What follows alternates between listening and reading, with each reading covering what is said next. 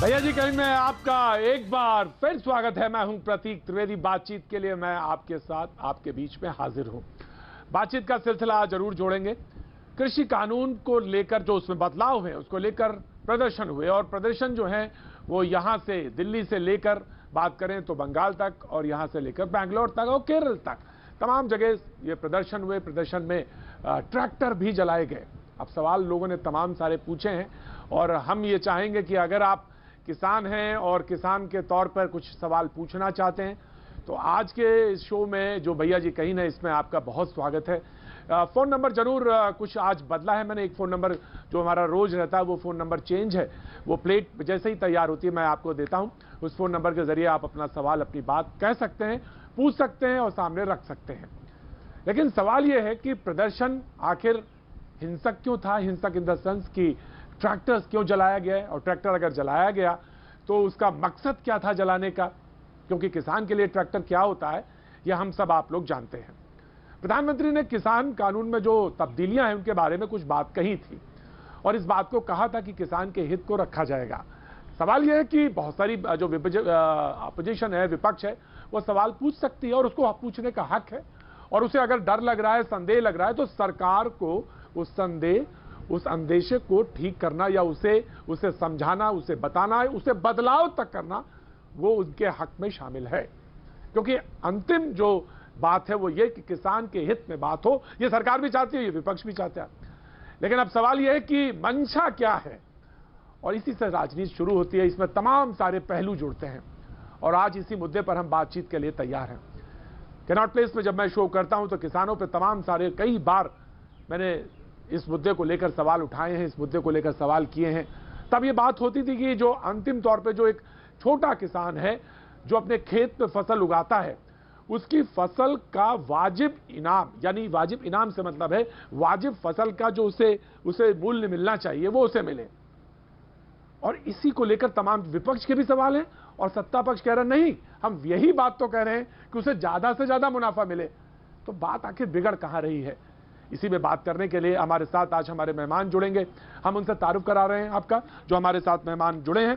के शर्मा आज बीजेपी का पक्ष रखने के लिए हमारे साथ मुखातिब होंगे। बहुत बहुत शुक्रिया के शर्मा जी। आलोक शर्मा जी कांग्रेस का पक्ष रखने के लिए आज हमारे साथ आएंगे। अच्छा बोलते हैं, तैयारी करके आते हैं। आलोक शर्मा जी भी आज हमारे साथ जुड़ेंगे। बहुत बहुत शुक्रिया। वीरेंद्र सिंह ढिल्लो, अध्यक्ष पंजाब यूथ कांग्रेस से, आज हमारे साथ जुड़ेंगे। बहुत बहुत शुक्रिया वीरेंद्र जी आज हमारे साथ जुड़ने के लिए, जिस समय भी वो हमारे साथ आए। और यही है जो ट्रैक्टर्स को लेकर यहां तक आए। मैं उनसे सवाल भी पूछना चाहूंगा। वीएम सिंह साहब अखिल भारतीय किसान संघर्ष समन्वय समिति के हमारे साथ यहां पे प्रतिनिधित्व करेंगे। ममता काले होंगी, और अवनिजेश अवस्थी राजनीतिक विश्लेषक हमारे साथ मौजूद हैं। सारे पैनल का बहुत बहुत स्वागत है। लेकिन आज जो अगुवाई करी, बात की, वो कैप्टन अमरिंदर सिंह ने करी, और उन्होंने क्या कहा सबसे पहले उसे देखना और उसे समझना बहुत जरूरी है कि आखिर वो क्या कहना चाहते हैं। पहले अमरिंदर सिंह की बात, और फिर हम बातचीत के सिलसिले को आगे। और जब तक फोन नंबर आपके पास होंगे आप अपनी बात भी कह सकते हैं। जी कैप्टन अमरिंदर सिंह की बात। आईएसआई ऑलवेज लुक्स, देखती है कि कहाँ किसको मैं बंदूक पकड़ा सकता हूँ, किसको मैं बॉम्ब रख सकता हूँ, किसको मैं ग्रेनेड दे सकता हूँ। ये शुरू से चलते आए हैं। 3 साल से 3.5 साल मेरे हमारी सरकार हो गई। हमने कोई 150 के करीब जो टेररिस्ट वहाँ से आए थे उनको हमने पकड़ा है। कोई 700 के करीब हमने हथियार उठाए हैं, बॉम्ब्स उठाए हैं, ग्रेनेड उठाए हैं, सब कुछ हमने उठाया है। अब पंजाब शांत में चल रहा था। अब जब आप किसी की पेट की रोटी छीनोगे तो गुस्सा नहीं आएगा उसको। ही becomes a target for ISI. That is why I am saying this is जो किया है इन्होंने एंटी नेशनल बात की है। अब किसी कॉलर ने मुझे एक एसएमएस डाला, मैं उसको पढ़ देता हूं कि प्रतीक जी आप मुद्दे को भटकाएंगे। जो मेरे बारे में कहा जाएगा उस बात को भी तो कहना बहुत जरूरी है कि आप मुद्दे को भटकाएंगे, और भटकाएंगे इस तरफ ले जाएंगे कि आईएसआई वाली बात को तो रखेंगे, लेकिन किसान के हित वाली बात को आप छोड़ देंगे। नहीं साहब, मैं ऐसा नहीं करूंगा, और जो सवाल और जो बात कहीं कंपेयर की गई उसको भी रखूंगा, और किसान की हित की तो बात मैंने ईमानदारी से कहा कि मैं बिल्कुल रखना चाहता हूं। यह बात सच है कि खेती किसानी मेरे घर पे नहीं हुई, लेकिन मैं जितना अच्छी तरह से समझ सकता हूं उन्हें, या जितना अच्छी तरह से गाँव में घूमता हूँ, और अभी इस हफ्ते के आखिर तक वहीं पे होऊंगा किसानों के बीच में, तो मैं समझता हूं इस चीज को, बहुत अच्छी तरह से समझता हूं। छोटे से शहर से, कस्बे से आता हूं, इसलिए इस दर्द को, इस बात को भी अच्छी तरह से जानता हूं। मैं बिल्कुल टेढ़े मेढ़े नहीं घुमाऊंगा, लेकिन यह बात जरूर लोगों ने कही, और यह बात मैं कांग्रेस के प्रवक्ता आलोक शर्मा जी के पास रखना चाहता हूं, और इस तरह मैं कोशिश करूंगा फोन लाइन बहुत जल्दी से खुले सो दैट कि लोग जुड़ सकें। मैं वो ये जानना चाहता हूं आलोक जी आपसे कि किसान के लिए हल, किसान के लिए ट्रैक्टर क्या होता है, ये हम सब जानते हैं, और इसको जलाने से क्या मकसद हासिल हो रहा था ये लोग जानना चाहते हैं। और किसान का अगर ट्रैक्टर जला दिया गया तो उससे उसको क्या लाभ हुआ ये देश जानना चाहता है, ये लोग जानना चाहते हैं, और किसान भी जानना चाहते हैं, हम सब जानना चाहते हैं। आलोक जी। मैं समझता हूं कि किसी भी तरह से किसी भी चीज को जलाया जाना बिल्कुल गलत है। आज ट्रैक्टर को किसने जलाया, किसने नहीं जलाया, इसकी जांच चल रही है। अभी तक आपने कहा कि 5 यूथ कांग्रेस के, आप ही की रिपोर्ट में सुन रहा था कि यूथ कांग्रेस के लोग इन्वॉल्व थे। यूथ कांग्रेस के ना वहां लोग थे, ना झंडा था, कोई ना नारा था। पीले रंग का पटका है और भगत सिंह जी की फोटो है, और वो कौन लोग थे जांच के बाद सामने आएगा। लेकिन ट्रैक्टर को जलाया जाना या किसी भी चीज को जलाया जाना, मैं समझता हूं वो किसी भी तरह से न्याय संगत नहीं है, तर्क संगत नहीं है, और मैं उसकी किसी भी तरह से बचाव नहीं करना चाहूंगा। लेकिन विषय आज का ये है कि जब इतने दिन से कैबिनेट में अप्रूवल आती है, तमाम चीजें डिस्कशन होती हैं, कैबिनेट के बाहर भी उसका विरोध होता है, अकाली दल सरकार से बाहर चली जाती है एनडीए से, और तमाम विषयों पर कांग्रेस पार्टी भी हर तरह से विरोध करती है। मैं समझता हूं उसके बाद भी आज तक किसानों से किसी ने भी बात क्यों नहीं की। 250 किसान संगठन, प्रतीक जी, आज सड़कों पर उतरे हैं और उन्होंने पूरा अपना विरोध दर्ज किया है। 62 करोड़ किसान हैं इस देश के अंदर, और कोरोना के समय में भी किसानों ने ही देश की लाज को रखा है। आज ये कहते हैं बड़े बड़े मोदी साहब झूठ बोलकर जिस तरह से किसानों को गुमराह कर रहे हैं कि हम जो वायदा किया था कि हम 1.5 गुना मूल्य देंगे, शायद आलोक जी, भूल गए आलोक जी भाई। मैं एक बात आज कहना चाहता हूं, आलोक जी मैं एक बात कहना चाहता हूं, बिल्कुल मैं नहीं टोकूंगा आपको, बिल्कुल नहीं टोकूंगा, आप बोलना चाहें बिल्कुल बोले, और अभी तो बाकी मेहमान आए नहीं हैं तो बहुत समय है। मैं सिर्फ एक बात कहना चाहता हूं, आप मुझे बताएं 1 2 3, 1 2 3, और मैं चाहूंगा कि के शर्मा जी बगैर लाग लपेट के 1 2 3 का जवाब दें। आप बताइए कि किसान का अहित कैसे है। आलोक जी ये बताइए, किसान की रोटी कैसे छीनी गई, इस सवाल का जवाब आप इनसे पूछिए, और ये 1 2 3 करके सवाल पूछिए, और 1 2 3 करके सवालों का जवाब देंगे बगैर कुछ लाग लपेट के, क्योंकि किसान जो देख रहा है, मेरा जो प्रोग्राम देख रहा है, वो ये जानना चाहता है कि भाई कैसे नुकसान हो रहा है, वो जानना चाहता है कैसे लाभ हो रहा है, ये मुझे बता दीजिए बस। सीधा आलोक जी, माफी के साथ आप फिर से बोलिए। सपोर्ट प्राइस, पहला सवाल, मिनिमम सपोर्ट प्राइस की गारंटी तीनों बिलों में कौन से भाग में दी गई है कि अगर प्राइवेट ठेकेदार जाकर किसानों से सस्ते में माल खरीदेगा तो किसान अपने हित की रक्षा कैसे करेगा? मिनिमम सपोर्ट प्राइस का जिक्र कौन से भाग में है तीनों बिलों के, जरा बता के जाइएगा, पहला। दूसरा, कॉन्ट्रैक्ट फार्मिंग, जिसको हम नव ठेकावाद प्रथा कह रहे हैं, कि कॉन्ट्रैक्ट फार्मिंग का जो रास्ता खोल दिया है, कॉन्ट्रैक्ट फार्मिंग में किसान के हितों की रक्षा कैसे की जाएगी? दूसरा सवाल।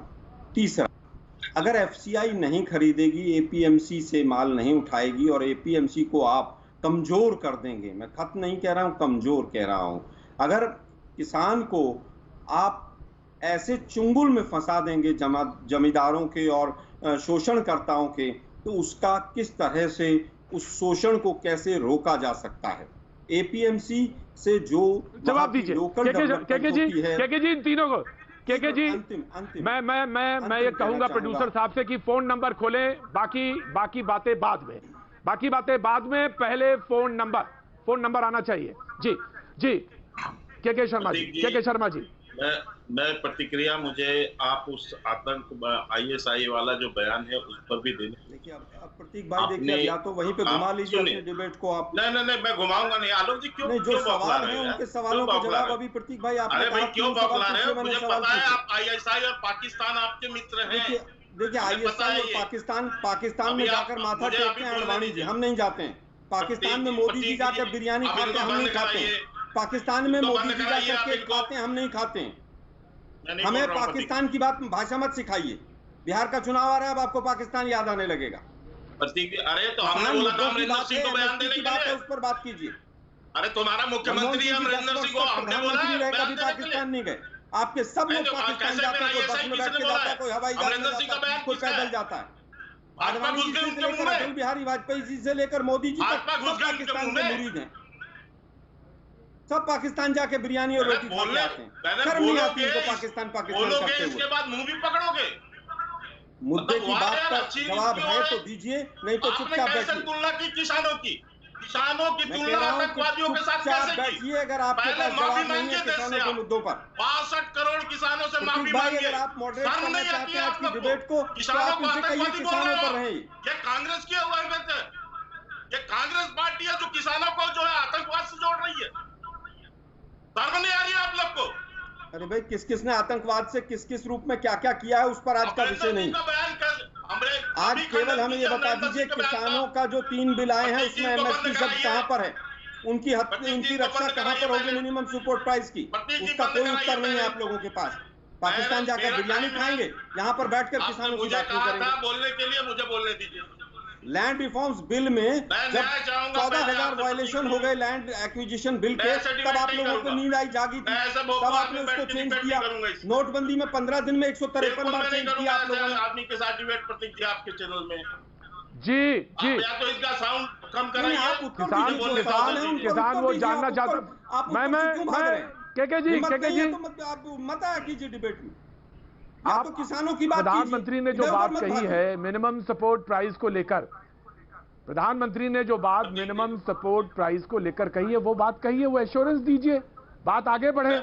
उसके बाद आप ये कह रहे हैं कि कॉर्पोरेट जो फार्मिंग है उसके बारे में बात करिए, और उन्होंने इस बारे में भी कहा, आप उसको उनको उदाहरण देके बताइए कि भैंस तो आप ही की रहेगी, गाय तो आप ही की रहेगी। तो अब आप उनको उत्तर दीजिए और उसके बाद आगे बढ़ते हैं।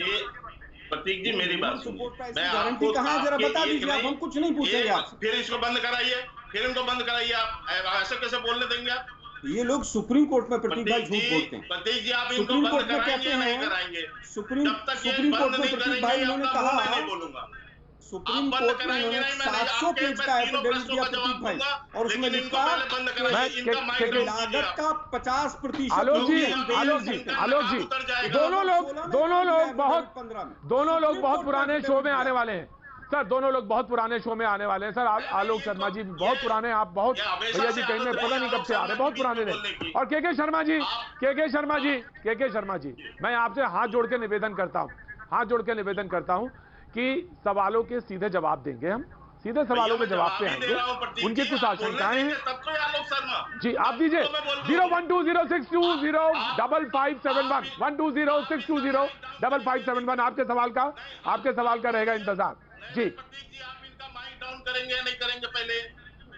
हाँ, सबका माइक डाउन करा दो, पूरे देश का माइक डाउन करा दो, कांग्रेस का भी माइक डाउन कर दो, मीडिया को पूरा खरीद लो, सबका माइक डाउन कर दो। वो है जो कि जिनका भी नकाब उतर जाएगा, किसानों का भी माइक डाउन कर दो, ये सब मिलके आपका माइक डाउन कर देंगे। मुझे बोलने नहीं देंगे आपके इस चैनल पे, और मैं ऐसी डिबेट नहीं कर पाऊंगा प्रतीक जी आपके साथ, क्योंकि ये बहुत जो है सीरियस डिबेट। किसान का भी माइक डाउन कर दो जो आज सड़कों पर निकला हुआ है। आलोक जी हम सुनेंगे आलोक जी सुनेंगे, हम अब बात सुनेंगे जी। के शर्मा जी बताइए, बात कीजिए, हम सुनना चाहते हैं। मैं बोलूं, मैं पहले प्रश्न का उत्तर देता हूं एमएसपी वाला। देश के प्रधानमंत्री, कृषक मंत्री नरेंद्र सिंह तोमर जी, सबने इंश्योरेंस दिया है, सदन के अंदर हमने इंश्योरेंस दिया है, एमएसपी खत्म नहीं। सदन में क्यों दे रहे हो? लिख के क्यों नहीं देते थे भाई? नहीं, लिख के देने में क्या हर्ज है? कोई रूल लाए हैं आप? आलोक जी सुन लीजिए। नहीं प्रतीक भाई उनसे पूछिए भाई, एश्योरेंस क्यों दे रहे हैं? एश्योरेंस क्यों दे रहे हैं आप लोग? सुन लीजिए भाई। अरे आलोक जी सुन लीजिए। सवाल पूछ रहा हूं मैं कि भाई जबानी खर्च कब तक चलेगा आप लोगों का? लिख के क्यों नहीं देते बिल में? आलोक जी प्लीज,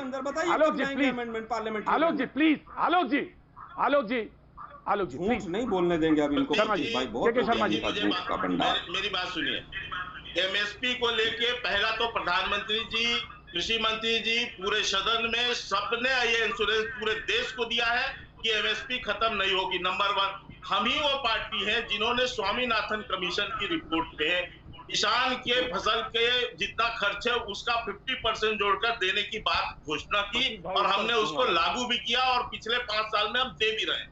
नंबर 1, तो इसलिए इस भ्रम को जो कांग्रेस फैला रही है, जो गुमराह कर रही है, उससे तो पहले जनता को, देश को इसको सुनना चाहिए और समझ लेना चाहिए। नंबर 1। दूसरा, इन्होंने कहा है कि कॉन्ट्रैक्ट फार्मिंग में ये जो कैसे हितों की रक्षा कर रहे हैं। कॉन्ट्रैक्ट फार्मिंग के पूरे रूल्स की विवेचना बाकायदा की और उसमें मैं प्रमुखता से 1-2 बातें बता दे रहा हूं कि जो कॉन्ट्रैक्ट फार्मिंग होगी उसके अंतर्गत किसान पर के हितों को कोई चोट नहीं पहुंचेगी। तमाम चीजें उसके अंदर उल्लेखित हैं। पहला तो किसान जो है उसके साथ जो भी रेट पहले जो भी तय होगा, यदि फसल आने के बाद उस फसल की कीमत ज्यादा भी हो जाती है तो भी उसको ज्यादा कीमत का बोनस मिलेगा। नंबर 1। दूसरा, यदि फसल के समय कॉन्ट्रैक्ट फार्मिंग है और बीच में किसी भी तरह का ओला पाला कुछ भी पड़ के यदि फसल बर्बाद हो जाती है तो उसका भुगतान, उसका जो है दबाव किसान पर नहीं होगा, व्यापारी को वो भुगतान करना ही होगा। तीसरा, ठीक है जी, एक कॉलर है हमारे साथ वडोदरा से जडेजा जी, वडोदरा से जडेजा जी एक सवाल पूछना चाहते हैं जी। ठीक है जी, राइट सर। मैं बात करना चाह रहा हूँ, आप बोल रहा हूँ प्रतीक जी। हाँ जी, मैं बात करना चाह रहा हूँ। आज किसान को जो रेट दिया गया है, जो पैसा किसान को दिया गया है, मेरी 50 साल की एज मैंने कभी नहीं देखा। और ये जो आलोक जी बात करते, मैंने इनका देखा, आपका ये चैनल देखता हूँ मैं। आलोक जी जब भी बात करते हैं, कांग्रेस का कोई भी नेता हो, जनता को भड़काने की बात करते हैं। अगर देश में कुछ अच्छा किसी ने किया है तो उसकी तारीफ क्यों नहीं करते? हर जगह विरोध क्यों करते हैं? अच्छी बात का, बुरी बात का विरोध करना होता है। मैंने ये कहीं नहीं देखा कि अच्छी बात का विरोध करें।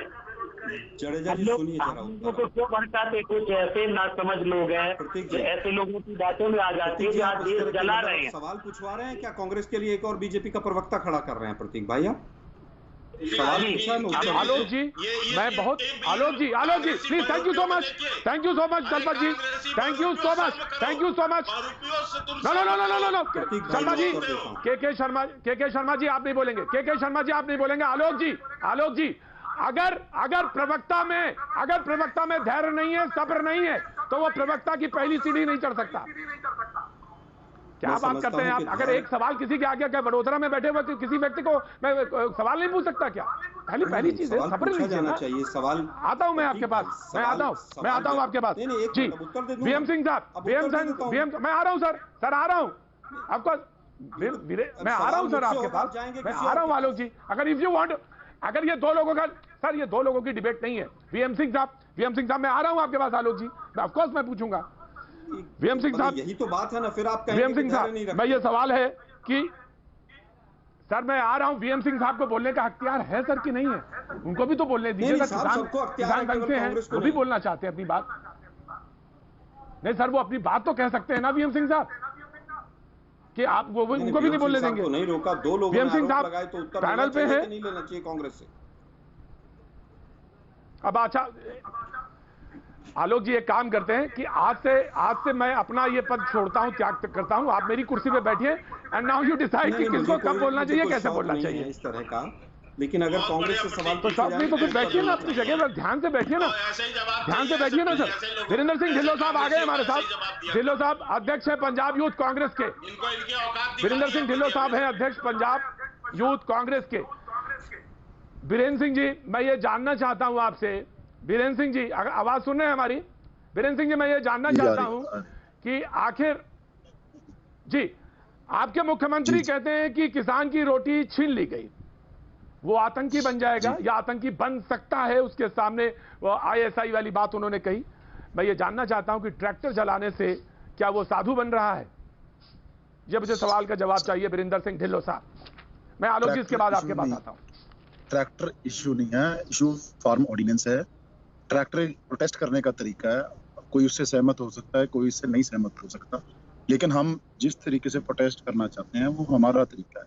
और हम एक अपनी आवाज जो है, ये आजकल कंगना रनौत और ये इस शोर में और ये बेफालतू के मुद्दों के बीच हमारे किसानों की जो आवाज है हम वो सरकार तक पहुंचाना चाहते हैं।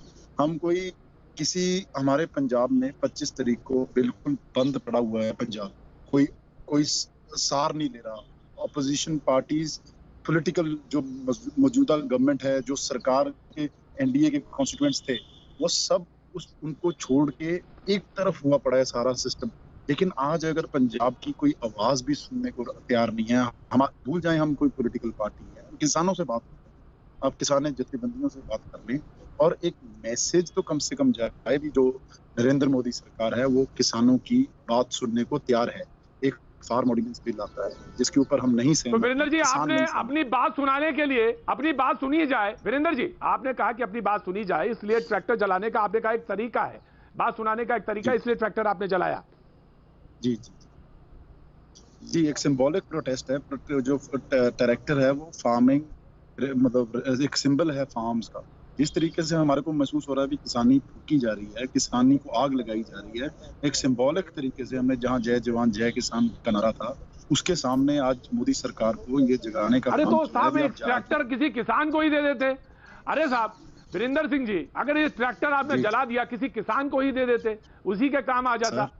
किसी पंचायत को दे देते, पंचायत से जुड़ जाता वो ट्रैक्टर, तो कम से कम 2 ऐसे हाशिए पे जो किसान वाले थे उन्हीं के काम आ जाता। जलाने से क्या लाभ हुआ, ये नहीं मुझे समझ में आया सर। तो उससे क्या फार्म ऑर्डिनेंस वापस हो जाता, या लोगों की आमदन बढ़ जाती, या उससे किसानों का बेहतरी हो जाती?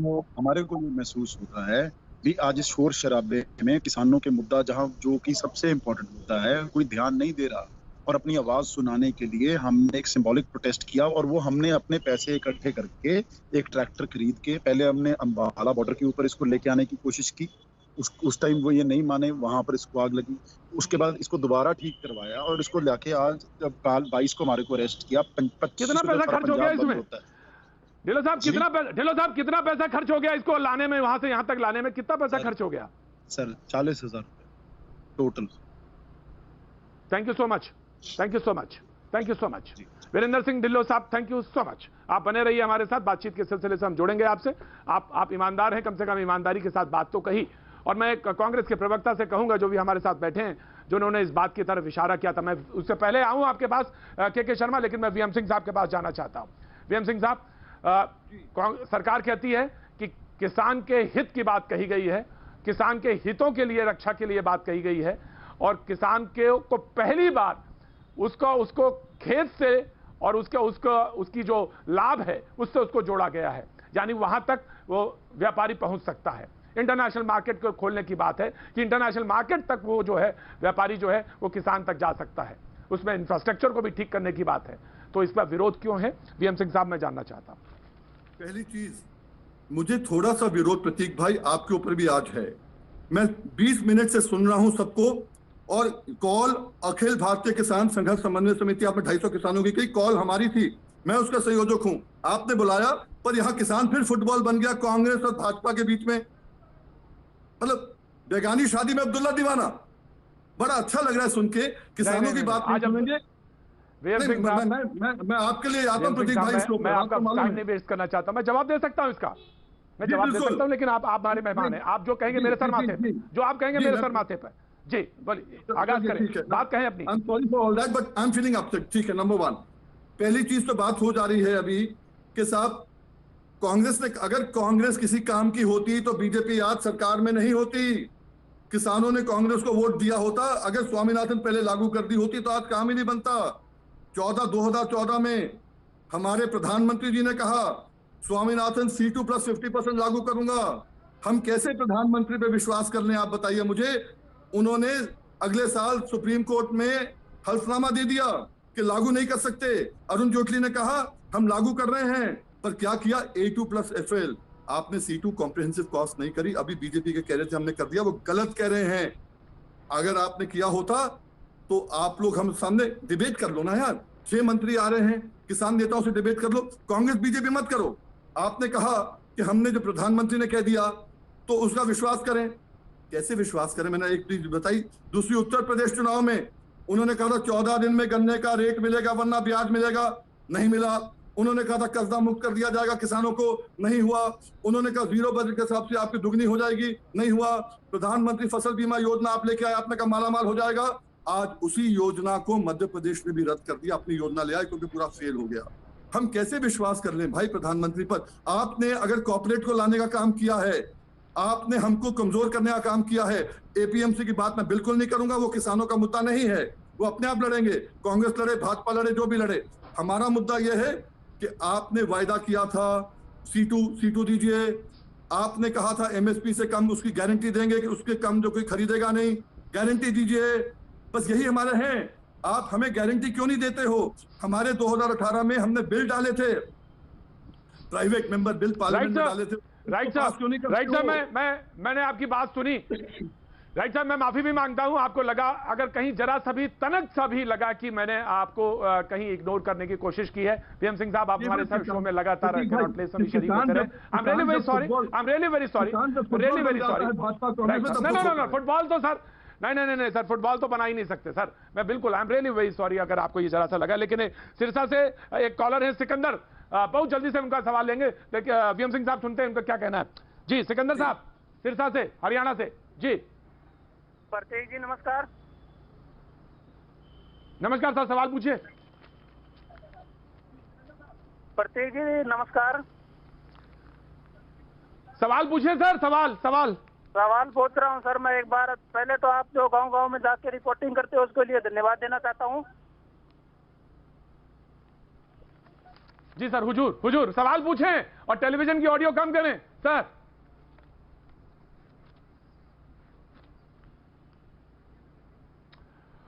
सिकंदर साहब, देखिए आवाज आपकी कट गई और मैं सारे कॉलर्स से ये बात कहना चाहता हूं कि हमारी आपकी जो राम होती है, हमारी आपकी जो बातचीत होती है, जो आप हमसे नमस्कार करते हैं, वो सब तकल्लुफ छोड़िए, सीधे सवाल पे आइए, मुद्दे पे आइए, बात कहिए। हम तो आपसे मुखातिब ही हैं। हम जानते हैं कि ये वक्त बहुत कीमती है। आज अभी सिर्फ इतना छोटा सा ब्रेक के बाद मैं फिर हाजिर होता हूं। आपका एक बार फिर स्वागत है। बातचीत के सिलसिले को एक बार फिर से जोड़ने के लिए मैं हाजिर हूं और हमारे पैनल में 2 लोग ऐसे हैं जिन्होंने अभी बिल्कुल भी नहीं बोला। अवनीजेश अवस्थी, राजनीतिक विश्लेषक, और ममता काले, जो 2 राजनीतिक विश्लेषक हैं। और मैं कहूंगा कॉलर से कि वो फोन अपनी बात रखें। मैं सिरसा हरियाणा से ये कॉलर थे जिनकी बात कट गई थी। अवनीजेश अवस्थी जी, मैं आपके पास आना चाहता हूँ। माफी चाहता हूँ कि मैं पहले चंक में आपके पास नहीं आ पाया था। माफी के साथ मैं आपके पास आता हूँ। ममता काले आपके पास भी। अवनीजेश जी, सवाल है जी। मैं जानता हूं कि बात आपकी बिल्कुल जायज है, बहुत सब्र के साथ, बड़े धैर्य के साथ आप पूरी डिबेट देख रहे थे। सवाल ये था कि जी, मैं कॉलर अनिल जी, आप वेट करिए, मैं कॉलर का कॉल आपकी बाद में लूंगा। पहले अवनीजेश जी से। अवनीजेश जी, पहले ये बात दरअसल ये थी कि जो कैप्टन ने कहा, अमरिंदर ने कहा, जिससे मैंने बात आगाज किया था और जिससे कि के शर्मा ने भी बात कही, तो अब आलोक जी ने कहा कि सबसे पहले मुद्दे पे आइए। तो मुद्दा तो किसान है, लेकिन बात किसान की थी तो आईएसआई तक कैसे चली गई? और उन्होंने कहा कि अब वो तय करेगा, वो आईएसआई तय करेगी कि उसके हाथ में क्या बम होना चाहिए। लोगों को नागवार गुजरा। लोगों ने कहा कि ये चीज ठीक नहीं है। ये कभी ऐसा नहीं हुआ कि किसान की बात हो और बात चली जाए पाकिस्तान पे। तो ये अक्सर तो ये इधर की बात पे कही जाती थी कि आप लोग इधर बात कह देते, लेकिन इस बार अपोजिशन ये बात कह रहा, तो ये बात लोगों को नागवार गुजरी। अवनीजेश अवस्थी जी। प्रतीक जी, मैं धैर्य रखता हूं और दूसरों से भी धैर्य की अपेक्षा करता हूं। पाकिस्तान की बात अमरिंदर सिंह ने जो कही वो पहली बार नहीं कही है। कांग्रेस के नेता मणिशंकर अय्यर पाकिस्तान में जाकर के हिंदुस्तान की लोकतांत्रिक तरीके से चुनी हुई सरकार को गिराने की मदद मांग रहे थे। सलमान खुर्शीद वहां जाकर के कहते हैं कि नवाज शरीफ से हिंदुस्तान के प्रधानमंत्री को कुछ सीखना चाहिए, हिंदुस्तान को सीखना चाहिए। ये तो लगातार करते हैं और यही बात पाकिस्तान के प्रधानमंत्री कहते हैं। इमरान खान जब भी बात करते हैं कि अगर कांग्रेस आ जाए तो हमारे सब कुछ ठीक हो जाएगा हमारे लिए। ये पाकिस्तान की भाषा है।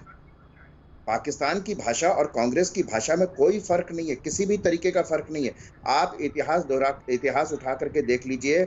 लगातार यही है ना। कांग्रेस की थी ना जिसने सरबजीत के लिए उसकी बहन पूरे देश भर में और विश्व भर में घूमी कि मेरा भाई सरबजीत वापस आ जाए। सरबजीत वापस नहीं ला पाई।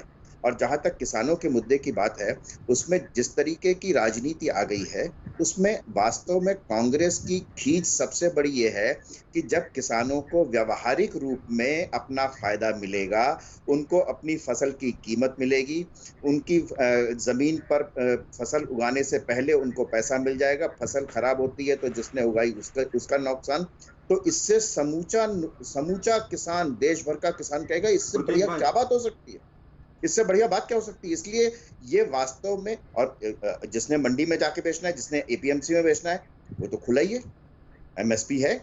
अगर एफसीआई को बेचना है तो वहां बेचे, वहां जितने कमीशन देने पड़ते थे, किसान को मालूम है कि वो जब 120 क्विंटल अपना अनाज लेके जाता था तो 90 क्विंटल का पैसा मिलता था, इतना इसका कट गया, इसका इतना कट गया, इसका इतना कट गया, इसका इतना कट गया, इसका इतना कट गया, हाथ में कुछ नहीं आता था उसके। इससे पूरे से मुक्ति मिल जानी है इस बिल से। वो चाहे तो एपीएमसी में बेचे, वो पुरानी कोई व्यवस्था तो खत्म हुई नहीं। अगर जिस किसान को पुरानी व्यवस्था में रहना है वो पुरानी व्यवस्था में रहे, उसके हिसाब से बेचे। अगर उसको उससे बेहतर कीमत मिल रही है कहीं बाहर तो बेहतर कीमत में बेचे। इससे बेहतर और किसान के लिए क्या हो सकता है? लेकिन दिक्कत ये है कि ये प्रतीक भाई बात कहिए, आप मुझे बताइए सबसे पहली चीज आई जो ही ये व्यवहार में आलोक जी मैं आ रहा हूँ आपके पास, आलोक जी आ रहा हूँ, कांग्रेस का समूचा विरोध धरा रह जाएगा।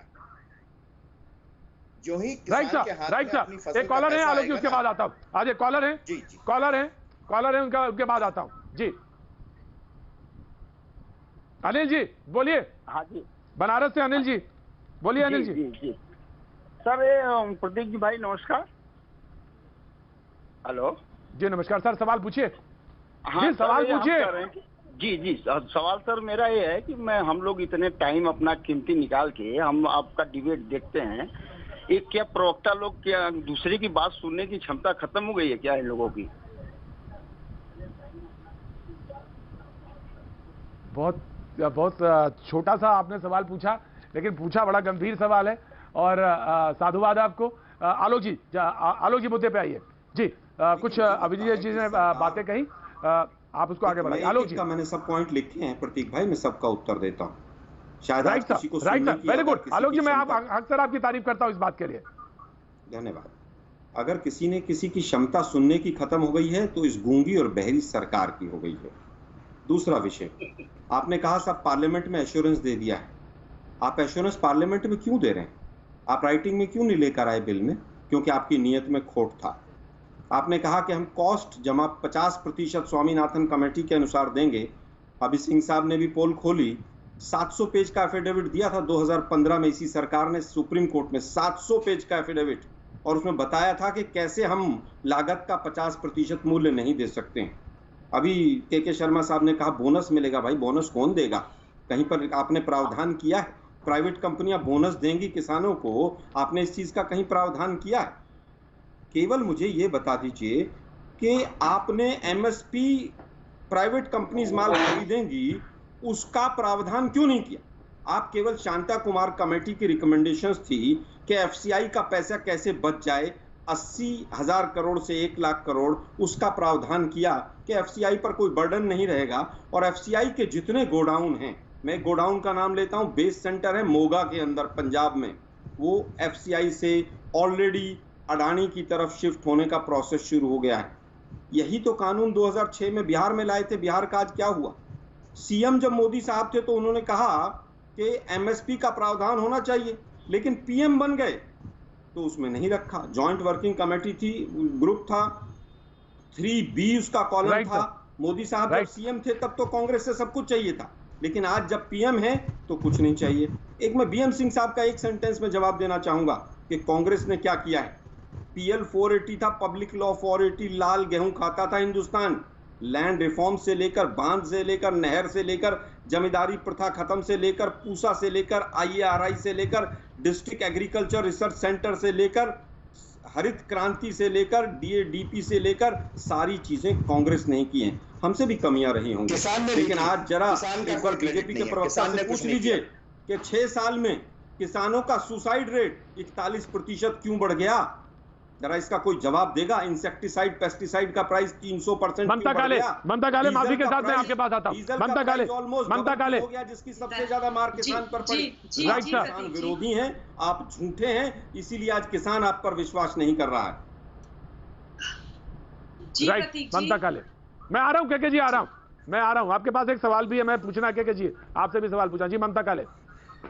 जी धन्यवाद प्रतीक जी। देखिए ऐसा है, ये वो देश है जहां पर जय जवान जय किसान का नारा सिर्फ नारा नहीं है आम जनता के लिए, वो हमारे जीवन का एक सरोकार है। उस बात पर हिंदुस्तान की जो आम जनता है वो विश्वास करती है कि किसान और जवान इस देश का वही है जो इस देश को दशा और दिशा देता है। हमारी सुरक्षा एक करते हैं और दूसरा हमें भोजन देते हैं। मुझे बड़ा ही दुख हुआ जो पाकिस्तान वाला जो स्टेटमेंट, आतंकवाद वाला जो स्टेटमेंट आया है, उससे मुझे बिल्कुल अच्छा नहीं लगा। क्यों ऐसा होता है जब हिंदुस्तान के जवानों की और हिंदुस्तान के किसान की बात की जाती है तो हम तुरंत पाकिस्तान पहुंच जाते हैं? क्यों ऐसा होता है कि हम अपने अंदरूनी मामलों में इस तरीके से आतंकवाद और पाकिस्तान को लेकर के आ जाते हैं? क्या इन सब चीजों की आवश्यकता है? क्या इन सब चीजों की आवश्यकता है? देखिए जहां तक इस बिल का सवाल है, आप बताइए, हिंदुस्तान स्वतंत्र भारत में हिंदुस्तान में क्या परंपरा थी? प्रतीक जी, जो गांववादी होते थे, साहूकार जो होते थे ना, वो जो होते थे, एपीएमसी का एक फॉर्म, छोटा फॉर्म था। एपीएमसी कहां से आया, कैसे बना ये एपीएमसी एक्ट? ये साहूकार आदि जो थे वहीं से इसको डिराइव किया गया है। बाय द वे, ये साहूकार पहले हमारे किसानों का अन्न आदि खरीद के, फसल खरीद के, उपज खरीद के, फिर उसको उनसे औने पौने दाम पर खरीद के आगे बेचते थे। एपीएमसी ममता जी, आप तो बीजेपी का पक्ष रखती रहती हैं तमाम टीवी चैनल्स में। आप ममता जी केवल ये बता दीजिए, फिर 6 साल तक क्या मोदी जी पकौड़े तल रहे थे क्या? 6 साल पहले क्यों नहीं इसको पकड़ लेकर आ गए आप? बिल को 6 साल तक किस बात का, 6.5 साल बाद तक, नहीं 6.5 साल तक किस बात का इंतजार कर रहे थे मोदी जी? अगर ये इतना ही अच्छा बिल था तो आप वहां पर जो दलाल, जो बिचौलिए हैं, नहीं, आप मुझे केवल ये बता दीजिए ममता जी, आप ये बता दीजिए, अगर ये इतना अच्छा बिल था तो मोदी जी 6.5 साल से इंतजार क्यों कर रहे थे? किसका इंतजार कर रहे थे? क्या अडानी ग्रो करेगा? फिर अडानी को दूंगा मैं। केवल 1 रुपया मिलता है। अगर आज उन बिचौलियों को, ये सब बेकार की कहानियां, ये सब छोड़ दीजिए, मुद्दे की बात कीजिए। एमएसपी का प्रावधान कहाँ है? उसका उत्तर कोई नहीं देगा। इस वक्त घोषित बीजेपी के प्रवक्ता राजनीतिक विश्लेषक बन के बैठ जाते हैं 4 लोग टीवी पे। सारे के सारे अपने रूल से, ये आरएसएस के दोनों लोग बैठे, ममता काले और ये अवस्थी जी, क्या ये रोज आरएसएस के बन के नहीं बैठते हैं टीवी चैनल पे? इनसे कहाँ से आप राजनीतिक विश्लेषक की भूमिका निभा रहे हैं प्रतीक भाई? बड़ा आलोक जी, आपको तो दर्शकों पे भी गुस्सा आता है। आलोक जी, आपको तो दर्शकों पे भी गुस्सा आता है, टिप्पणी करेगा पैनल पे तो गुस्सा आता ही है, दर्शकों पे भी गुस्सा आता है आपको तो। नहीं ठीक है। ममता काले क्या बीजेपी के प्रवक्ता के तौर पर नहीं बैठे हैं कभी? क्या आरएसएस के प्रवक्ता और विचारक के तौर पर नहीं बैठे कभी? आपने ये तब नहीं कहा, आपने, रुकिए ममता काले प्लीज स्टॉप, प्लीज ममता काले, ये मेरा शो है और इसमें मुझे डिसाइड करने का पूरा करना। एक बात बताइए आलोक जी, हंसिए नहीं, आप जवाब देना पड़ेगा आपको। आपने दर्शक को तो बड़े इत्मीनान से कह दिया, और कांग्रेस के ढिल्लों ने यूथ कांग्रेस के ढिल्लों ने आपको आईना दिखा दिया कि आप झूठ बोलते हैं। शर्म आई आपको? नहीं आई होगी। आपने कहा कि उसने कहा कि मैंने अरेंज किया और जलाया भी, और ये भी कहा। शर्म आई आपको? नहीं आई होगी आलोक जी, नहीं आई होगी आलोक जी। क्यों नहीं आई होगी? उस समय नहीं बोले, उस समय आपने क्यों नहीं टोका? उस समय आपने प्रवक्ता को बोलने से क्यों नहीं रोका? ये आप नहीं बताएंगे, ये आप नहीं कहेंगे आलोक जी। मैं आपसे ज्यादा तेज, ज्यादा बढ़िया और ज्यादा धारा प्रवाह बोल सकता हूँ, सारी तरह से बोल सकता हूँ, लेकिन मैं सिर्फ इसलिए कहता हूँ, ये आप तय नहीं करेंगे मेरे शो में, ये आप तय नहीं करेंगे, ये मेरा शो है, ये मैं तय करूंगा, आपको बुलाऊंगा, आपको आना है तो आइए। लेकिन आपके ढिल्लों ने आपको बोला, जो कांग्रेस ने, आपने कहा कि 2 कांग्रेस के कहते हैं, 2 कांग्रेस के प्रवक्ता यहाँ पे बैठे थे, कांग्रेस के 2 प्रवक्ता थे, आपने बोला कुछ? आपने बोला, आपने 2 कांग्रेस के प्रवक्ता यहाँ थे। नहीं, पहले आप मेरे सवाल का जवाब देंगे। 2 कांग्रेस के प्रवक्ता थे, आप जवाब दीजिए आलोक जी, गुस्सा मत करिए। प्रतीक जी, मैं अपनी बात पर स्टैंड करता हूं, मुझे आईना दिखाने की आवश्यकता नहीं है किसी को। मैं ना जलाने को, मैंने कहा किसी भी तरह के जलाने का समर्थन मैं नहीं करता, ना मेरी पार्टी करती है। अगर किसी ने किया है वो गलत किया है। मैं यहाँ पर बिल्कुल दावे के साथ कहता हूं कि किसी ने अगर जलाने का समर्थन किया है तो वो गलत किया है। बोल के गए, यूथ कांग्रेस के बोल के गए, क्या बात करते हैं आप? यूथ कांग्रेस के अभी बोले, मैं भाई सुनवा दूं फिर से? मैंने ये कहा, फिर से सुनवाऊं? अभी भी मेरे पास आधिकारिक जानकारी नहीं है कि कौन लोग थे वो। मैं फिर कहूंगा आपके पास जानकारी नहीं, किसी ने जलाया है, चाहे वो आप दर्शकों का समय, मैं फोन लाइन पे खोलता हूं, लेकिन प्रतीक जी, आलोक शर्मा जी, आप समय खराब होता है, बीजेपी समय खराब होता के है। लोगों को जो शो कराते हैं ना, ये देश के साथ ठीक नहीं। ठीक है, हाँ ठीक है, देश तो आप ही तय कर रहे हैं, देश तो आप ही तय कर रहे हैं सब, और आप ही तय करेंगे। किसान नेता वीएम सिंह साहब, टाइम मत खराब करिए। नो ममता डाले, होल्ड ऑन, किसान नेता वीएम सिंह साहब, मैं आ रहा हूं। के शर्मा आ रहा है, I will give you time. VM Singh साहब बोलेंगे जी। Thank you so much VM Singh साहब। प्रदीप साहब, मैं अपने जो व्यूअर्स हैं उनको बताना चाहता हूं कुछ चीजें, क्योंकि सबने अपने अपने व्यूज बताए। किसानों का व्यू तो बताऊं। वन नेशन वन मार्केट की बात होती है, प्रधानमंत्री कहते हैं हमने आपकी बेड़ियां खोल दी, बहुत बहुत धन्यवाद। केवल मैं कहना चाहता हूं कि बेड़ियां आपने खोली हैं जून में, जुलाई अगस्त में मक्का आया है जो 700, 800, 900 रुपए का बिका है, 1760 उसकी एमएसपी थी। आपने एक ढेला नहीं खरीदा, उद्योगपतियों ने खरीदा, वो बाहर ले गए। वहीं पर मैं आज की बात करना चाहूंगा आपके साथ। आज सहारनपुर से लेकर यमुनानगर और शामली से करनाल 200 ट्रॉलियां धान की जा रही थी, उनको हरियाणा सरकार ने मना कर दिया कि नहीं, अपने प्रांत में जाइए, हम नहीं खरीदेंगे। आज की बात है, आज अखबारों को आप देख लीजिए, मैंने आपके पास भी भेजा हुआ है। दूसरी बात, नहीं प्लीज मुझे एक मिनट दे दें बड़ा, मैं केवल बताना चाहता हूं, मैं बहस में नहीं आना चाहता। मैं बताना चाहता हूं देश को, हम सब प्याज खाते हैं, हम सब सेब खाते हैं, ये प्याज कहां से आता है? 60 साल से ये महाराष्ट्र से आ रहा है। अगर बेड़ियां लगी थी तो दिल्ली कैसे पहुंचा, कहीं और कैसे पहुंचा? इन बातों में नहीं आए। हमें केवल चाहिए एमएसपी आज। और एमएसपी के बारे में एक चीज है, जो कॉन्ट्रैक्ट फार्मिंग पहले मैं लूंगा। कॉन्ट्रैक्ट फार्मिंग में हमारे विशेषज्ञ साहब ने भी कहा, उन्होंने कहा कि कॉन्ट्रैक्ट में क्या प्रॉब्लम है। हम गन्ना किसान हैं देश के 5 करोड़, हम कॉन्ट्रैक्ट फार्मिंग कर रहे हैं 67 साल से, अग्रीमेंट करते हैं कॉर्पोरेट के साथ, मिल के साथ। सोसाइटी के लोग जो 30-40 हजार मेंबर होते सोसाइटी के, और मिल हमें दबा देता है। वीएम सिंह जैसा आदमी कोर्ट में जाके और लड़के आता है, इस बिल में लिखा है कि आप सिविल कोर्ट नहीं जा सकते। तो क्या करेंगे आप जाएंगे एसडीएम के पास, एसडीएम बनाएगा कंसिलेशन एक बोर्ड, उस बोर्ड के बाद उसकी अपील होगी एसडीएम के यहाँ, फिर होगी जिलाधिकारी के यहाँ। यही चीज आप जैसे एक शो में भाजपा के एक मेंबर ऑफ पार्लियामेंट, नाम मैं नहीं लूंगा, उन्होंने कहा कि वीएम सिंह जी गलत कह रहे हैं, सिविल कोर्ट जा सकते हो। मैंने कहा अगर मैं गलत हूं, आपने पास कराया है, अगर मैं गलत हूं, आंदोलन पूरा वापस हो जाएगा। ये आंदोलन कांग्रेस का नहीं है, किसी और के, किसानों का, हमारा आंदोलन है, हमने वापस ले लेंगे। और हमने कहा अगर आप गलत हुए, सिविल कोर्ट का जुरिस्डिक्शन नहीं हुआ, तो क्या किसानों के साथ खड़े होंगे? उनने कहा खड़े होंगे।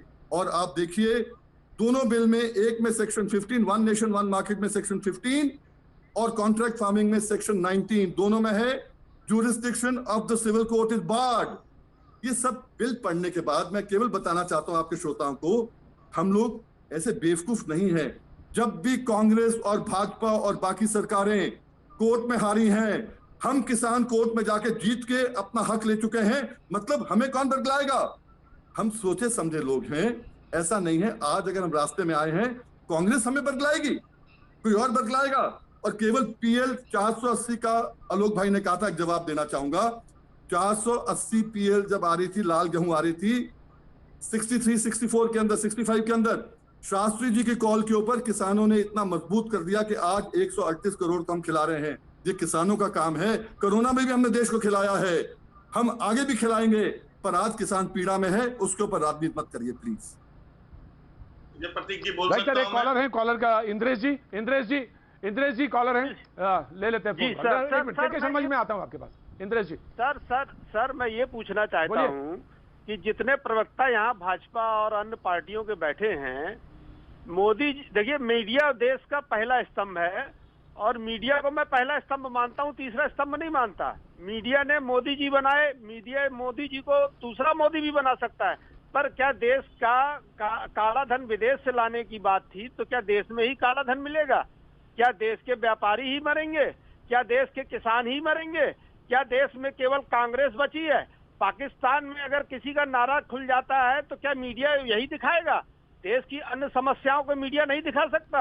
मैं बैठे हुए प्रवक्ताओं से पूछता हूं कि ये क्या अच्छी बातों पे ध्यान नहीं दे सकते? सिर्फ पाकिस्तान दिखा सकते हैं, चाइना दिखा सकते हैं, कोरोना के बारे में बात खत्म हो गई। Thank you so much Indresh ji. बिल्कुल बिल्कुल, thank you so much Indresh ji, आपने बिल्कुल सही तरह से सही जगह पे ध्यान खींचा। और ये सवाल हमारे लिए भी है, ये सवाल हमारे लिए भी है। और हम तो ये कहते हैं कि आईना देखना जरूरी है, अगर दिखाते हैं तो हमको देखना जरूरी है। इसी बात से वक्त एक छोटे से ब्रेक का, ब्रेक के बाद फिर हाजिर होता हूं।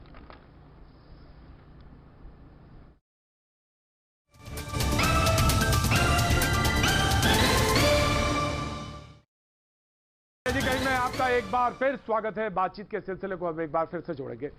कांग्रेस के प्रवक्ता आलोक जी हैं। आलोक जी, एक बात बीजेपी की तरफ से आई है। प्रकाश जावड़ेकर जी ने कहा है कि कांग्रेस दोहरी बात कहती है। कांग्रेस ने अपने घोषणा पत्र में ये बात कही थी, ये वायदा किया था कि वो बिल लेके आएगी।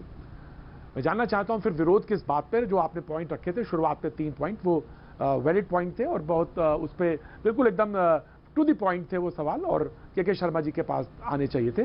के शर्मा जी, मैं आपके पास आता हूं। एक कॉलर है लखनऊ से, मैं उनका कॉल ले लेता हूं, then I come to K Sharma ji and then Alok ji. Of course Alok ji, उसके बाद आपका नंबर। ऑफ कोर्स जी जी, सवाल पूछें, लखनऊ से हैं।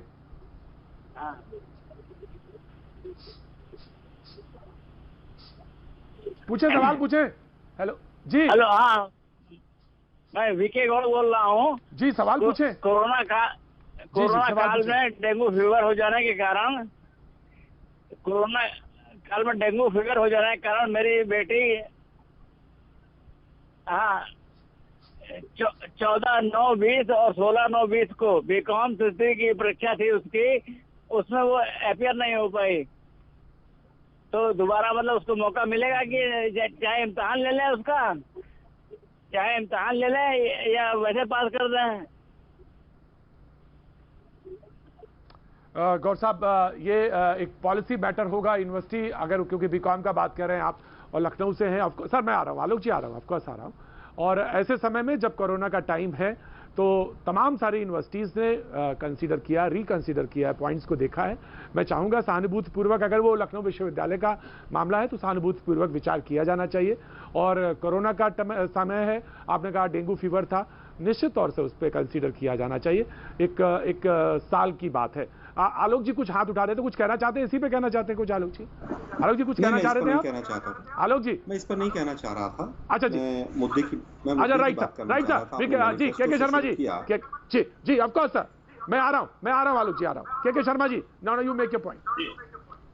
बस मेरा अनुरोध प्रतीक जी इतना है कि मेरे बीच में ना बोले। बहुत देर बाद आप टाइम दे रहे हैं मेरे को, सरकार पे बहुत सारे प्रश्न। मैं पहले बीएन साहब के बातों पर आता हूं और मैं उस बात पर आता हूं, उन्होंने जो बयान दिया कि मैं किसानों को फुटबॉल बना दिया। तो मैं यही तो कह रहा हूं बीएन सिंह साहब, आप तो इतने वरिष्ठ, मैं जानता हूं आपको, बहुत वरिष्ठ आप किसान नेता है। और क्या हुआ इसमें, कैसे आप फुटबॉल बन रहे, समझिए, इसको समझना जरूरी है। बार बार कृषि मंत्री और सरकार अपील कर रही है कि यदि आपको कोई सुझाव है, यदि आपका कोई ऐसा विषय है तो आप आइए, हम आपसे वार्ता करने को तैयार हैं, हम आपसे वार्ता करेंगे। हम आपके आंदोलन को भी गलत नहीं मानते। इस देश का किसान कभी हिंसक नहीं हो सकता, ये हम मानते हैं बिल्कुल। ये लेकिन आपको कैसे फंसाया जा रहा है? अभी अभी आपके सामने पोल खुली ना कि ये जो आपका किसान आंदोलन हो रहा है उसमें कांग्रेस ट्रैक्टर जलाकर हिंसा कर रही है। अभी ये कांग्रेस के प्रवक्ता मना कर रहे थे कि हमारे व्यक्ति नहीं थे, लेकिन उन्होंने अभी ढिल्लो साहब ने स्वीकारा कि हमारे ही लोग थे जिन्होंने आके इंडिया गेट पे ट्रैक्टर चला दिया। इन्होंने ही आपको जो है 40,000 खर्चा बताया। ये आपकी तुलना जो है ISI से कर रहे हैं, आपके किसानों को बदनाम कर रहे हैं। आपके मुंह से एक शब्द नहीं निकल रहा है। आप क्या कैसे किसान नेता हैं? मुझे आश्चर्य है आपके शब्दों पर। और मैं अब आपके 2-3 उस पर आता हूं जो आपने यूज किया। मैं तो चाहूंगा कि आपको कम से कम किसानों की रक्षा करनी चाहिए। उनको हिंसक, आपके आंदोलन ये हिंसक कर देंगे तो आपका आंदोलन ही जो है वो हिंसक हो जाएगा, फिर तो देश उसको कैसे सुने? तो इससे आपको बचने की बहुत सख्त जरूरत है। आप 250 किसान कमेटी के आप नेता हैं। मेरा सुझाव है आपको, एक छोटे भाई के नाते, और आप सरकार के साथ बैठे, वार्ता करें। इसमें बार बार कहा है मंत्री जी ने। फिर दूसरी बात आपने कही कि जो है कॉन्ट्रैक्ट फार्मिंग, 60 साल से आज आपने स्वीकारा कि 60 साल से हम कॉन्ट्रैक्ट फार्मिंग कर रहे हैं। हम भी तो ये कह रहे थे कि पंजाब में हो रहा है, हरियाणा में हो रहा है, लेकिन इसका कोई कानून नहीं है। इसका कानून, हम इसको जो है कानून के दायरे में लाना चाह रहे हैं, हम किसान को उससे बचाना चाह रहे हैं, ये हमारा वो है। आपने कहा जून में जो है अभी कौन चालू हुआ, आपने अध्यादेश लाया, अभी तक क्या हुआ? मैं आपको एक जानकारी देता हूँ, बाकायदा रविशंकर जी ने जानकारी दी है। 1,67,00,000 किसान, हमने डिजिटल प्लेटफॉर्म बनाए किसानों के लिए, उसमें 1,67,00,000 किसानों ने वहां अपना रजिस्ट्रेशन कराया। अभी तक 1,00,000 करोड़ रुपए का उसमें व्यापार हुआ है। और मैं उदाहरण में आपको बताना चाहता हूं कि त्रिपुरा का 5 रुपया किलो का पाइनएप्पल 15 रुपए किलो में बॉम्बे में आके बिका हुआ। आप किस तरह से त्रिपुरा के किसानों को लाभ हुआ है, तो आप ये सब चीजें जो है उसको भी देखिए। और आप इनके जो गुमराह करने वाले लोग हैं, राजनीति करने वाले लोग हैं, इनके चंगुल के शर्मा जी, सुखविंदर हैं तरन तारण से, सुखविंदर हैं तरन तारण से, राइट साहब, सुखविंदर हैं तरन तारण से एक सवाल पूछना चाहते हैं, तरन तारण पंजाब से एक सवाल पूछना चाहते हैं। सुखविंदर जी, सुखविंदर जी। सर मेरे साथ था कि एक तो वीडियो वायरल हुआ था जिसमें खालिस्तान के नारे लगे थे, उस पर अमित मालविया जो बीजेपी के है इंचार्ज हैं, कोई सोशल मीडिया है शायद, उन्होंने ट्वीट किया था कि ये खालिस्तानी लोग हैं सपोर्टर, ये किसानों का प्रदर्शन नहीं है, ये खालिस्तानी सपोर्टरों का प्रदर्शन है जिसको ISI बैक करता है। अब अमरिंदर सिंह ने कौन सा गलत बोला? उन्होंने भी वही बोला जो अमित मालविया बोल रहा है बीजेपी का। राइट सर, के शर्मा जी ने सवाल सुना होगा, उसका जवाब देंगे, लेकिन के शर्मा जी के बाद में देंगे। नहीं, आलोक जी का टाइम है। आलोक जी मुझे लगता है कि हमेशा से बीजेपी ने इन चीजों को ट्विस्ट किया है। हमारी NCERT की किताब ये लिखती है कि अगर बेरोजगारी बढ़ेगी तो आतंकवाद बढ़ेगा, NCERT की किताबों को जला देना चाहिए। फिर ये सीधा सीधा डायरेक्टली प्रोपोर्शनल है। दूसरी चीज, प्रतीक भाई, मैंने कोई झूठ नहीं बोला। मैंने शो के शुरू में कहा, एक मिनट शर्मा जी, मैं आपके बीच में नहीं बोला, तो सुनिए जरा बात, सुन लीजिए। के जी सुन लीजिए, के जी सुन लीजिए, आलोक जी कह रहे हैं, सुन लीजिए, आलोक जी कह रहे हैं, सुन लीजिए। दूसरी चीज मैंने कहा, जांच चल रही है, कौन लोग हैं मुझे नहीं मालूम है। आधिकारिक तौर पर उन्होंने कहा, मैं उसकी आज भी कहता हूं कि कांग्रेस पार्टी और मैं स्वयं किसी भी तरह की हिंसा की हम किसी तरह से भी पैरवी नहीं करते हैं। मैंने कोई झूठ नहीं बोला। झूठ ये होता है जो देश के प्रधानमंत्री बोलते हैं। 3-4 चीजें यहां पर आई हैं। कॉन्ट्रैक्ट फार्मिंग और कोऑपरेटिव फार्मिंग में फर्क है। BM सिंह साहब बेहतर समझते होंगे। कोऑपरेटिव फार्मिंग हमेशा से चलती आई है और कॉन्ट्रैक्ट फार्मिंग में जिस तरह का सिविल कोर्ट में नहीं जा सकते हैं, मैं समझता हूं इससे ज्यादा कोई जघन्य अपराध नहीं हो सकता। यही ईस्ट इंडिया कंपनी करती थी और अकाली दल इसी वजह से छोड़कर भागा है। आप ये केवल ये बताइए कि लैंड रिफॉर्म्स बिल आया था, जब लैंड एक्विजिशन बिल, तब कहा था बस किसान जो है माला माल हो जाएंगे। फिर उसके बाद 14,000 केस दर्ज हुए। नोटबंदी आई तो कहा काला धन सारा वापस हो जाएगा, पता नहीं क्या क्या होगा। उसके 15 दिन में 153 बार इन्होंने बदलाव किए। अभी के शर्मा जी ने कहा सिंह साहब से कि हम वार्ता करने के लिए तैयार हैं। अरे भाई, बिल पास हो गया, राष्ट्रपति की मंजूरी हो गई, अब आप वार्ता करने के लिए तैयार हैं। आज भी गन्ना जो मिल है, उनका जो किसानों को बकाया है उत्तर प्रदेश, पश्चिमी उत्तर प्रदेश में 25,000 करोड़ से ज्यादा का है। जहां तक मैनिफेस्टो की बात आपने प्रतीक भाई की, राइट आलोक जी, लुधियाना से अनिल जी हैं, कॉल करना चाहते हैं। अनिल जी हैं लुधियाना से, अपनी बात कहना चाहते हैं। जी अनिल जी, बात कहिए, लुधियाना से हैं जी, बोलिए अनिल जी, बोलिए जी। मेरा सवाल बीजेपी पर, बोलिए अनिल जी। जी हेलो जी राइट साहब, बोलिए। पूछना चाहता हूँ कि सर, इन्होंने इतने बिल तो पास कर ही दिए बिना विपक्ष की मतलब मंजूरी, ना उनसे सलाह किया, ना अपने संगठित दलों से। तो सर इतने बिल तो पास कर ही दिए, एक बिल और पास कर दे कि एक राष्ट्र एक MSP होना चाहिए। और एक बात और, ये जो किसानों को इतना मूर्ख समझते हैं कि ये कांग्रेस की बातों में आ गए, इसकी बातों में आ गए, कांग्रेस किसान इतने मूर्ख नहीं है, उनको सब समझ आता है। और बीजेपी कोई समझ भी नहीं सकता किसानों को, इस देश के, नहीं सर, इस देश के किसान को कोई मूर्ख समझ भी नहीं सकता। लेकिन एक बात मैं जरूर कहना चाहता हूं, वो दशक था 90 का और 2000 का, जब ये कहा गया कि आलू पैदा किया जाएगा और ये आलू बड़ा क्रिस्प है और इससे जो आलू से जो चिप्स बनेगा उससे किसान की सेहत बड़ी सुधरेगी। मैं आज ये भी सवाल रखना चाहता हूं, तो आपने कॉन्ट्रैक्ट किसानी की बात करी ना, और आपने कोऑपरेटिव किसानी की बात करी। ये वही समय था सर जब ये बात हो रही थी, और डिफरेंस बहुत अच्छी तरह से मालूम है। ये बात आज तक साफ नहीं हुई कि किसान हाशिए पे फिर क्यों रह गया। और ये बात तब के थे, बड़े बड़े वादे थे, लेकिन आज अभी बस सिर्फ इतना, आर पार की तैयारी, कल फिर होगी मुलाकात।